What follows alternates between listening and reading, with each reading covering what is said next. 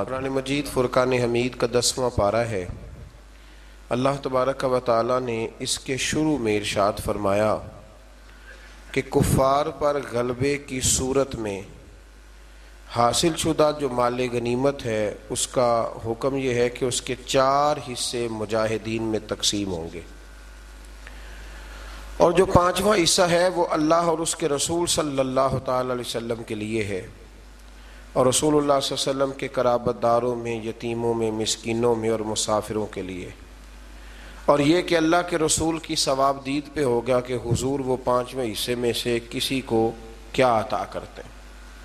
میرے نبی کریم علیہ السلام نے کبھی بھی کسی شخص سے کسی چیز کا مطالبہ نہیں فرمایا، اور آپ نے سورہ شورا کی وہ آیت بڑی دفعہ سنی ہے کہ جب صحابہ نے عرض کیا تھا کہ یا رسول اللہ صلی اللہ علیہ وسلم کچھ پیش کرنا چاہتے ہیں تو فرمایا لا اسألکم علیہ اجرا، میں تم سے کوئی اجر نہیں مانگتا الا المودۃ فی القربى، ہاں اگر کچھ کرنا ہے تو میرے قریبیوں سے پیار کرتے رہنا۔ لیکن اس پارے کے بالکل ابتدا میں اللہ نے ایک اصول وضع کیا ہے، ایک بات سمجھائی ہے ہمیں۔ وہ بات یہ سمجھائی ہے کہ مال غنیمت جب آئے گا، کفار کے علاقے، ان کے مال، ان کے باغات قبضے میں آئیں گے تو 5واں حصہ حضور کی بارگاہ میں پیش کیا جائے گا۔ یہ جو کام ہوتا ہے نا دین کا، یہ ہمہ پہلو کام ہوتا ہے۔ اگر آپ کہیں کہ دین کا کام کرنے والا وقت نکال کے تجارت بھی کرے، کوئی نوکری بھی کرے، تو یہ ممکن نہیں ہوتا۔ نبی کریم صلی اللہ علیہ وسلم اعلان نبوت سے پہلے تجارت فرماتے تھے، لیکن بعد میں تو آپ کو وقت دینا پڑتا ہے نا ایک پورا۔ تو پھر صحابہ کیا کرتے تھے کہ مال غنیمت کا 5واں حصہ اللہ کے حکم کے مطابق حضور کی بارگاہ میں بطور نذرانہ پیش کرتے صلی اللہ تعالی علیہ وسلم۔ آج بھی کچھ لوگوں کو یہ دشواری بہت زیادہ ہوتی ہے، بہت زیادہ، کہ دیندار لوگ جو ہیں ان کی تنخواہیں کیوں ہیں، تراویح پڑھانے والے حافظ کی خدمت کیوں کی جا رہی ہے۔ مجھے پچھلے سال ایک دوست نے بتایا کہ ہم نے مسجد میں اعلان کیا ہے کہ قاری صاحب جو قرآن شریف سنا رہے ہیں تو ان کی خدمت کرنی ہے، تو سارے حضرات اس میں تعاون کریں۔ تو ایک صاحب کہنے لگے جی اب یہ قرآن سنا کے بھی پیسے لیں گے؟ تو آپ یہ اندازہ فرمائیں کہ قوم کا مزاج کس طرح کا ہے، یعنی قرآن سنانے والا پھر حضرت جبریل ہی ہو سکتے ہیں جو نہ روٹی کھائیں گے اور نہ کپڑے پہنیں گے، نہ ان کے بچے ہوں گے، یہی ہو سکتا ہے، پھر اس کے علاوہ تو کچھ ممکن ہے۔ ہاں تراویح کی اجرت طے کرنا منع ہے، لیکن یہ عجیب معاملہ ہے نا کہ میں خود روٹی کھاؤں اور میں کہوں کہ وہ فلانا کیوں کھائے، تو یہ معاملہ درست نہیں ہے۔ تو اس میں اللہ نے ایک اصول بیان کر دیا کہ 5واں حصہ تم میرے محبوب کی بارگاہ میں نذرانے کے طور پر پیش کرو گے، پھر میرے محبوب کی مرضی ہے وہ رشتہ داروں پہ خرچ کریں، قریبیوں پہ خرچ کریں، یا حضور کا جہاں دل کرے حضور سے خرچ کریں۔ اللہ تعالیٰ توفیق عطا فرمائے۔ آیت نمبر 42 کے اندر بتایا کہ میدان بدر میں مسلمان مجاہدین کی زمینی پوزیشن کفار کے مقابلے میں بظاہر کمزور تھی، یعنی مسلمانوں کی زمین کا نرم ہونا، پانی کی قلت اور مال و اسباب کی قلت مسلمانوں کی کمزوری کی ظاہری علامت تھی، جس کی وجہ سے مسلمانوں کے دلوں میں خدشات پیدا ہو رہے تھے۔ اللہ تعالیٰ نے اپنی حکمت بیان کرتے ہوئے فرمایا کہ یہ اس لیے ہوا کہ اللہ تعالیٰ اپنے طے شدہ فیصلے نافذ کر دے۔ کئی دفعہ اللہ آزمائش میں اس لیے ڈالتا ہے کہ اللہ کچھ فیصلے کرنا چاہتا ہے، یعنی ظاہری کمزوری کے باوجود مسلمانوں کو غلبہ اور فتح مقدر کر دے، اور اللہ تعالیٰ جو فیصلہ فرماتا ہے پھر وہ نافذ ہو کے رہتا ہے۔ آیت نمبر 45 میں اس مضمون کو اس طرح بیان فرمایا کہ مسلمان اور کفار دونوں پر اللہ نے بدر کے دن نیند طاری کر دی۔ کفار مسلمانوں کو خواب میں کم تعداد میں دکھائے گئے تاکہ مسلمانوں کی ہمت بندی رہے۔ مسلمانوں نے خواب دیکھا تو انہیں خوابوں میں کافر تھوڑے نظر آئے تاکہ ان کی ہمت بندی رہے، اور اسی طریقے سے کفار نے بھی خواب دیکھا تو انہیں بھی مسلمان کم تعداد میں دکھائی دیے۔ یہ بھی اللہ کی مشیت کا تقاضا تھا کہ کہیں وہ میدان چھوڑ کے بھاگ ہی نہ جائیں۔ اگر انہیں زیادہ دکھا دیے جاتے خواب میں تو وہ میدان چھوڑ کے بھاگ، انہیں بھی کم نظر آیا اور انہیں بھی تعداد کم نظر آئی، کیونکہ اللہ کی مشیت کا تقاضا تھا کہ بدر میں حق و باطل کا مارکا برپا ہو کر رہے اور حق غالب آ جائے۔ مزید بتایا کہ جنگ میں کفار کے مقابل ثابت قدم رہو اور اللہ کا ذکر کرتے رہو اور آپس میں جھگڑا نہ کرو ورنہ تم بزدل ہو جاؤ گے۔ مسلمان قوم اس وقت بزدل ہوتی ہے جب آپس میں جھگڑا کرتی ہے، اور تمہاری ہوا اکھڑ جائے گی اور کافروں کی طرح اپنی طاقت پر اتراؤ بھی نہ اور دکھاوا بھی نہ کرو۔ مزید بتایا کہ شیطان کافروں کو فتح کی بشارت دیتا رہا اور اپنی حمایت کا یقین دلاتا رہا، لیکن حق و باطل کے مقابلے کا وقت آیا تو وہ پھر الٹے پاؤں بھاگ گیا۔ بہت سارے لوگ ہوتے ہیں جو کہتے ہیں آپ چلے میں آپ کے پیچھے ہوں، تو جب پیچھے دیکھو تو پھر موجود وہ کہتے ہیں تو لڑائی کر، تو فتنہ کر، میں تیرے پیچھے ہوں معاذ اللہ، لیکن پھر وہ پیچھے۔ یہی حال بدر میں کافروں کے ساتھ شیطان نے کیا۔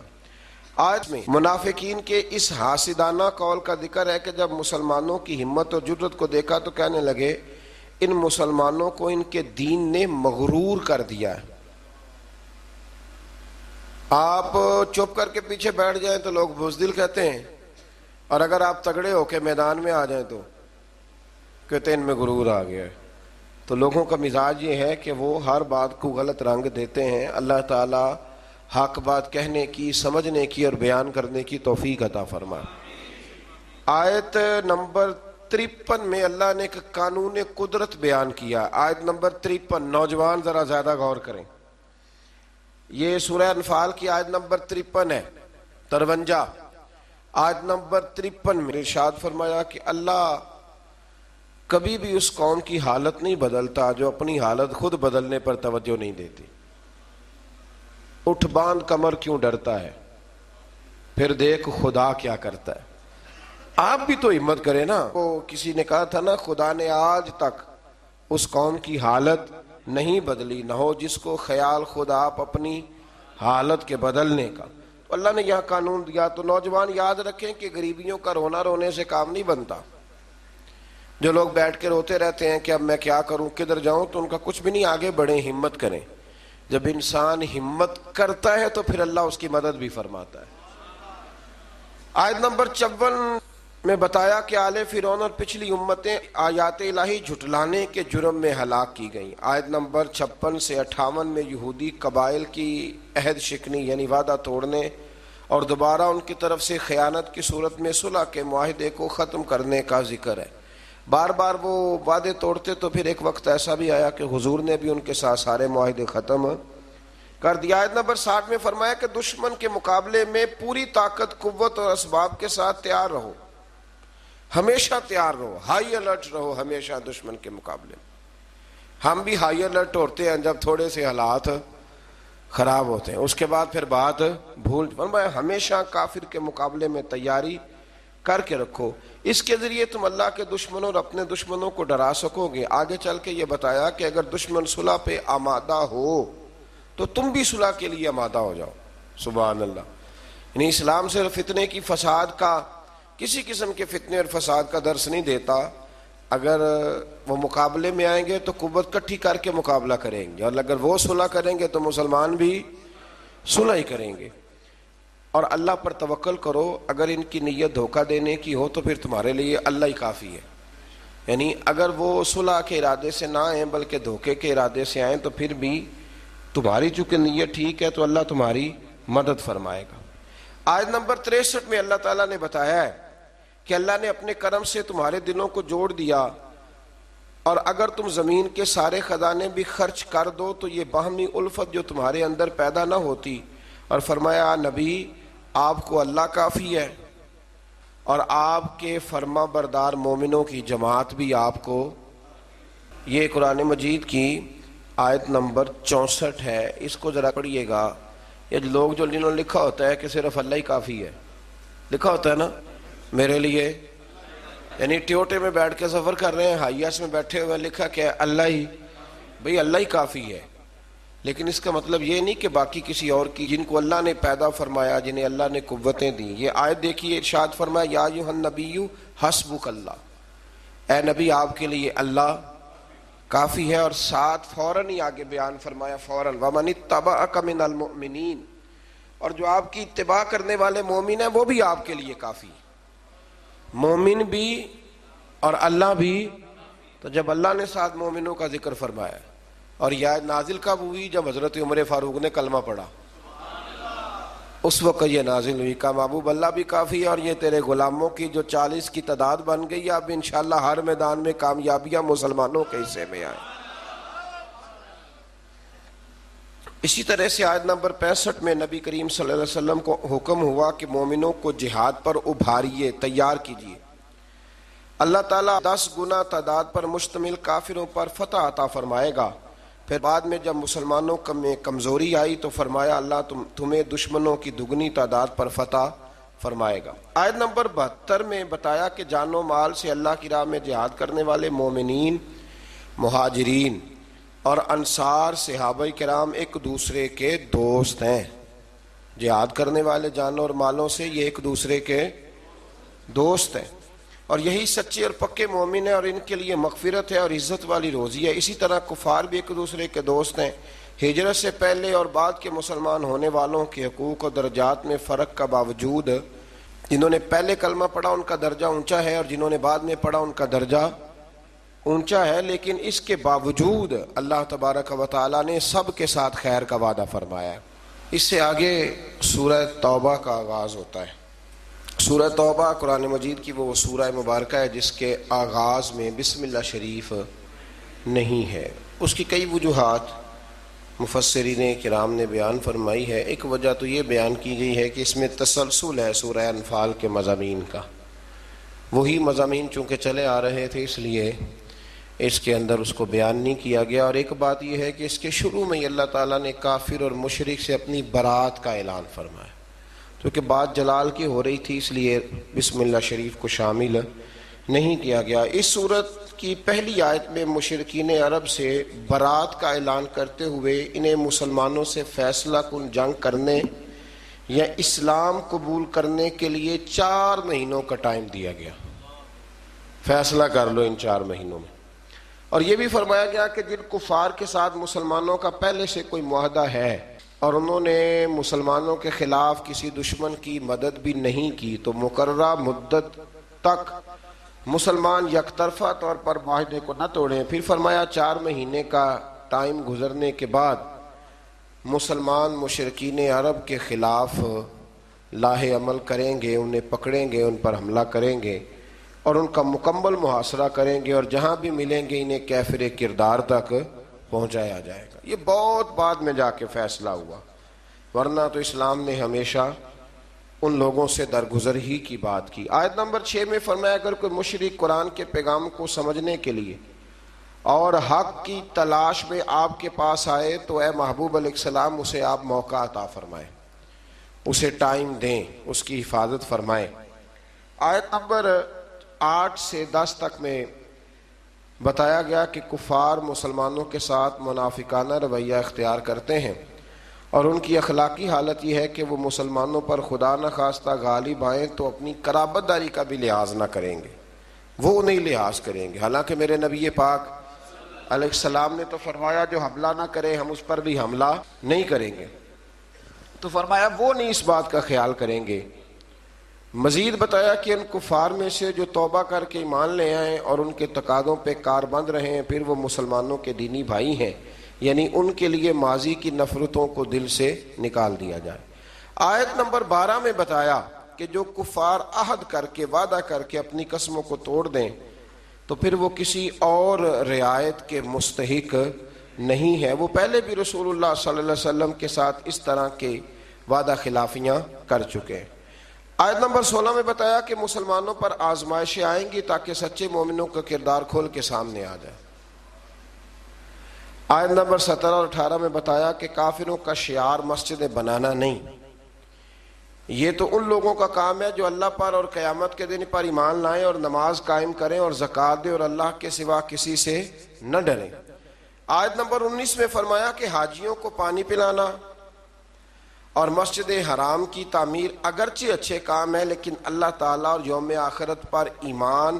جب انسان الف اللہ سے جڑتا ہے زندگی بدل جاتی ہے۔ آپ دیکھ رہے ہیں الف اللہ اور انسان، پیر اجمل رضا قادری کے بیانات کے ساتھ۔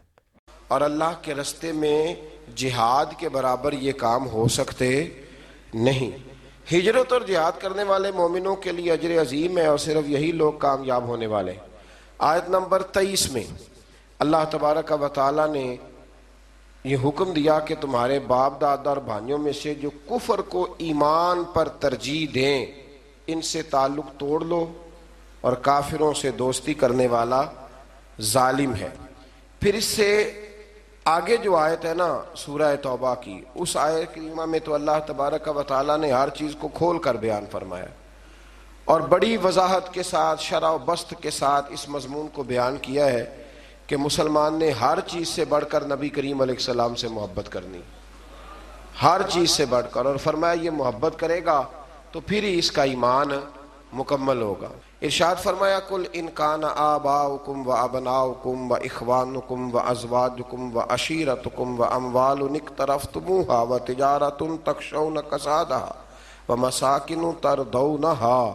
دیکھیں کس ترتیب سے اللہ تعالیٰ نے ان ساری چیزوں کو بیان فرمایا۔ فرمایا محبوب ان سے فرما دیں اگر تمہارے باپ اور تمہارے بیٹے اور تمہارے بھائی اور تمہاری بیویاں اور تمہارا کنبہ اور تمہارا وہ مال جو تم نے کمایا ہے، ایک مال وہ ہوتا ہے جو بندے نے کمایا نہیں ہوتا پر ہوتا اس کے پاس ہے، اس سے زیادہ پیار نہیں ہوتا، تو یہاں فرمایا وہ مال جو تم نے کمایا ہے، اور وہ کاروبار جس کے نقصان سے تم ڈرتے ہو، اور وہ مکانات جنہیں تم پسند کرتے ہو۔ پھر سنیں فرمایا تمہارے باپ، تمہارے بیٹے، تمہارے بھائی، تمہارا خاندان، تمہاری بیویاں، تمہارا کنبہ، وہ مال جو تم نے کمایا، وہ تجارت جس کے نقصان سے تم ڈرتے ہو، وہ مکان جنہیں تم بڑا پسند کرتے ہو۔ فرمایا احب الیکم من اللہ و رسولی، اگر یہ ساری چیزیں تمہیں اللہ اور اس کے رسول سے زیادہ پیاری ہوں، وجہاد فی سبیلہ، اور ان کے رستے میں جہاد کرنے سے زیادہ پیاری ہوں، فتربصوا، پھر انتظار کرو، حتی یأتی اللہ بامرہ، یہاں تک کہ پھر اللہ اپنا وعدہ لے آئے، پھر اللہ اپنا عذاب لے آئے، پھر تم پر عذاب آئے گا۔ واللہ لا یہدی القوم الفاسقین، اور اللہ نافرمانوں کی قوم کو ہدایت نہیں دیتا۔ ہم لوگ نا بڑی جلدی محبت رسول کا دعویٰ کر دیتے ہیں، پر اللہ نے گن کے چیزیں بتائیں گے۔ فرمایا باپ کو سامنے رکھو، پھر میرے نبی کی ذات کو سامنے رکھو، پھر دیکھو تمہیں پیارا کون ہے۔ بیٹے کو سامنے رکھو اور پھر میرے نبی کریم علیہ السلام کو سامنے رکھو، پھر دیکھو کہ تمہیں پیارا کون ہے۔ تم سامنے رکھو اپنے مال کو، جائیداد کو، اور پھر حضور کی ذات کی طرف توجہ کرو، پھر بتاؤ کہ ان میں سے پیارا۔ حضرت عمر نے یہ سارے تجربے کیے، آ کے عرض کی یا رسول اللہ میں نے ہر چیز سامنے رکھ کے تجزیہ کیا، آپ مجھے زیادہ پیارے ہیں، لیکن یا رسول اللہ مجھے جان آپ سے بھی زیادہ پیاری، جان مجھے آپ سے زیادہ پیاری ہے۔ تو حضور نے ان کے سینے پہ ہاتھ مارا، فرمایا عمر ابھی تیرا ایمان مکمل نہیں ہوا۔ جناب عمر فوراً بولے، عرض کی حضور میں اعلان کرتا ہوں کہ مجھے آپ جان سے بھی زیادہ پیارے ہیں۔ تو یہ ضروری کام ہے، اللہ تعالی ہمیں محبوب کی سچی محبت عطا فرمائے۔ آیت نمبر 25 میں اللہ تبارک و تعالی نے غزوہ حنین کا حوالہ دیتے ہوئے فرمایا کہ بعض اوقات کثرت تعداد پر اترانا کہ ہم بڑے ہو گئے اور نازا ہونا بھی انسان کی ناکامی کا سبب بنتا ہے۔ یہی مسلمانوں کے ساتھ غزوہ حنین میں ہوا، اور پھر اللہ تعالیٰ نے اپنے رسول اور مومنوں پر قلبی سکون نازل کیا اور غیبی لشکروں سے ان کی مدد فرمائی۔ 9 ہجری کو یوم الحج کے عرفات میں اعلان ہوا کہ اس سال کے بعد مشرک حدود حرم میں داخل نہیں ہو سکتا، پہلے وہاں داخل ہونے کی اجازت تھی، اور فرمایا کہ تنگ دستی کی فکر نہ کرو، اللہ اپنے فضل سے تم لوگوں کو غنی کر دے گا۔ آیت نمبر 29 میں اہل کتاب کو جزیہ دینے کا حکم دیا اور فرمایا کہ نہ دینے کی صورت میں جنگ کے لیے تیار رہنا۔ آیت نمبر 30 میں بتایا کہ اللہم صلی علی محمد وعلی آل محمد کما صلیت علی ابراہیم وعلى آل إبراهيم إنك حميد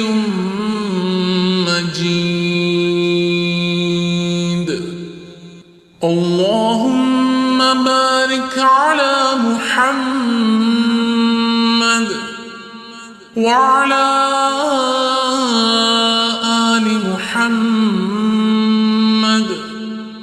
كما باركت على إبراهيم وعلى آل إبراهيم إنك حميد مجيد.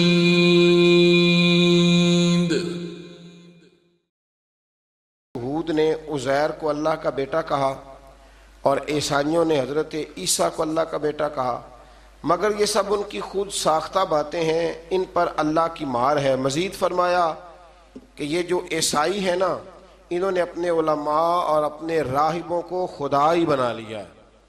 یہ اللہ کہہ رہا ہے کہ انہوں نے انہیں اپنا خدا ہی بنا لیا ہے، اور مسیح ابن مریم کو بھی، حالانکہ انہیں اللہ وحدہ لا شریک کی عبادت کا حکم دیا گیا تھا. آگے چل کے فرمایا کہ منکر اپنی پھونکوں سے اللہ کے نور کو بجھانا چاہتے ہیں، مگر اللہ ان کی خواہش کے برعکس اس نور کو مکمل فرمائے گا. اور فرمایا اللہ نے اپنے رسول کو ہدایت اور دین حق کے ساتھ بھیجا ہے تاکہ اللہ اپنے اس دین کو ہر دین پر غلبہ عطا فرما دے. آیت نمبر 34 سے علماء اور مشائخ یہود کے باطل طریقوں سے لوگوں کا مال کھانے اور اللہ کے رستے سے روکنے کا بیان ہے. اور فرمایا کہ سونا اور چاندی یعنی دنیاوی دولت کے ڈھیر ذخیرہ کرنے والے اور راہ خدا میں خرچ نہ کرنے والوں کے لیے دردناک عذاب کی وعید ہے. اور پھر بتایا کہ قیامت کے دن ان کے اپنے جمع کیے ہوئے مال کو نار جہنم میں تپا کر، انہی کے مال کو دوزخ کی آگ میں تپا کر ان کی پیشانیوں، پہلوؤں اور پیٹھوں کو داغا جائے گا انہی کے مال سے، اور کہا جائے گا کہ اپنے ہی جمع کیے ہوئے مال کا مزہ چکھو.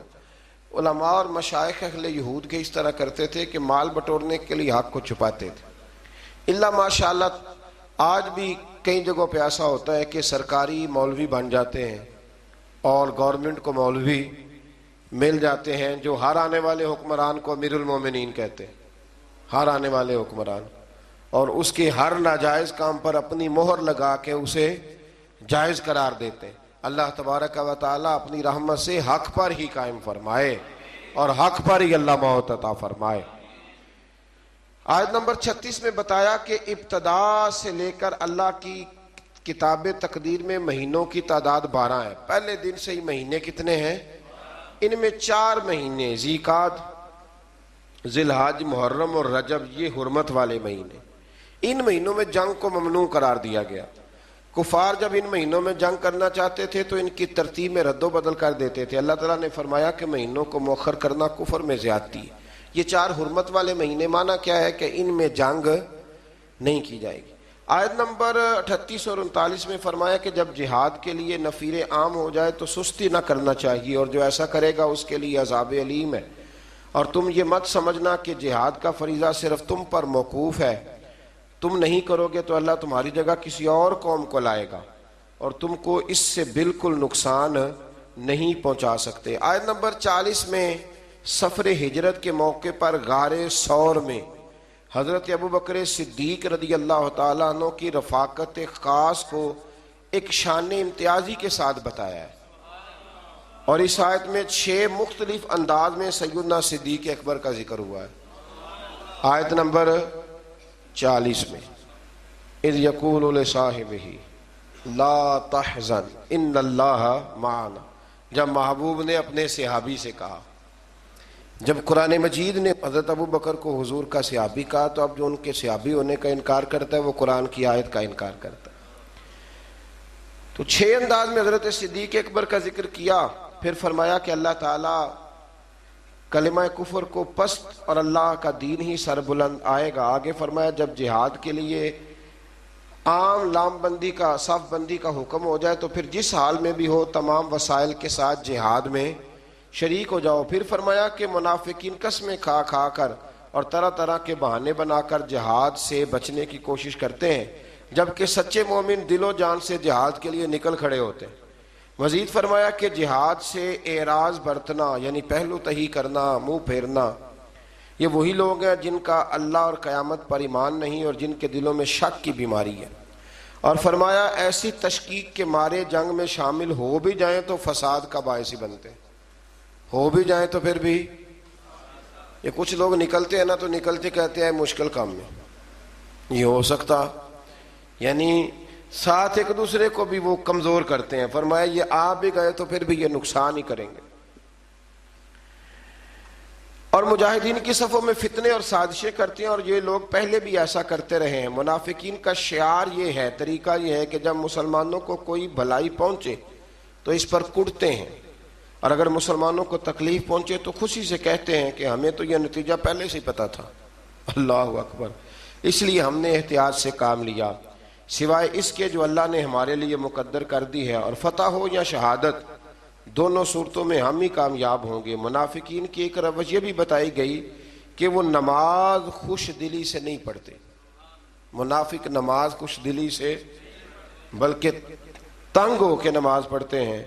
اور فرمایا کہ مجبوراً وہ اللہ کے راستے میں خرچ کرتے ہیں. اللہ تعالیٰ نے فرمایا یہ منافقین اللہ کی قسمیں کھا کھا کے کہتے ہیں کہ وہ آپ میں سے ہی ہیں، حالانکہ وہ مسلمانوں میں سے نہیں ہیں، لیکن وہ جان و مال کے خوف کے باعث مسلمانوں کے ساتھ مل کر رہنا چاہتے ہیں. آیت نمبر 61 میں فرمایا کہ بعض منافقین اللہ کے نبی کو ایذا پہنچاتے ہیں، تکلیف دیتے ہیں اور کہتے ہیں کہ وہ کانوں کے کچے ہیں معاذ اللہ، جبکہ نبی پاک صلی اللہ علیہ وسلم کا تمام لوگوں کی بات سننا مومنین کے لیے باعث رحمت ہے. حضور صلی اللہ علیہ وسلم ہر ایک کی بات سنتے اور نبی پاک کا ہر ایک کی بات سننا مومنوں کے لیے باعث رحمت ہے. اور جو لوگ رسول اللہ صلی اللہ علیہ وسلم کو ایذا پہنچاتے ہیں ان کے لیے دردناک عذاب ہے.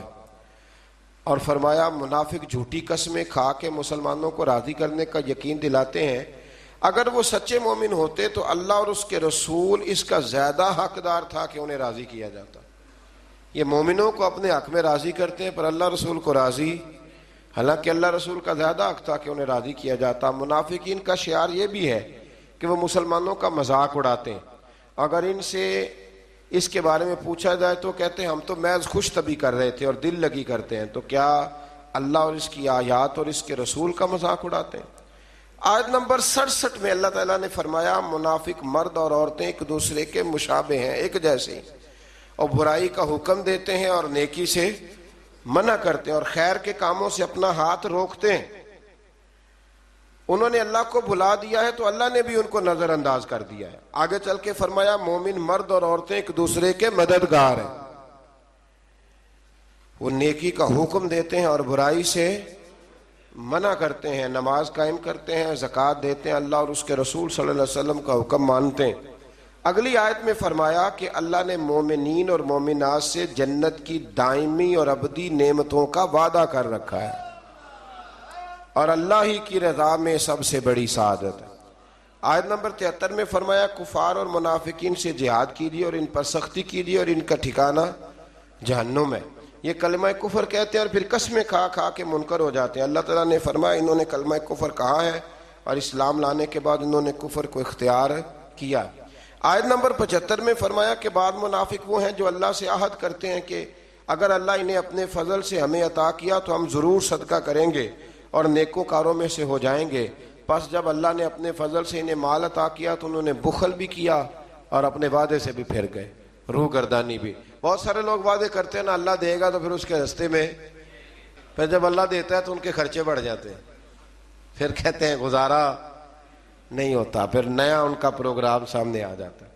آیت نمبر 78 میں اللہ تعالیٰ نے متنبع فرمایا کہ اللہ دلوں کے رازوں اور سرگوشیوں کو بھی جانتا ہے، وہ غیبی باتوں کو بہت زیادہ جاننے والا ہے. آیت نمبر 79 میں منافقین کا ایک طریقہ یہ بھی بتایا کہ نادار مومنین جب اپنی محنت کی کمائی سے تھوڑا سا مال صدقہ کرتے ہیں تو منافق ان پر تان کرتے ہیں معاذ اللہ اور ان کا مذاق اڑاتے ہیں، تو اللہ تعالیٰ ان کو ان کے مذاق کی سزا دے گا. اللہ تعالیٰ نے اپنے نبی پاک علیہ السلام سے فرمایا یہ منافق آپ کے گستاخ ہیں، آپ کا ان کے لیے استغفار کرنا یا نہ کرنا برابر ہے.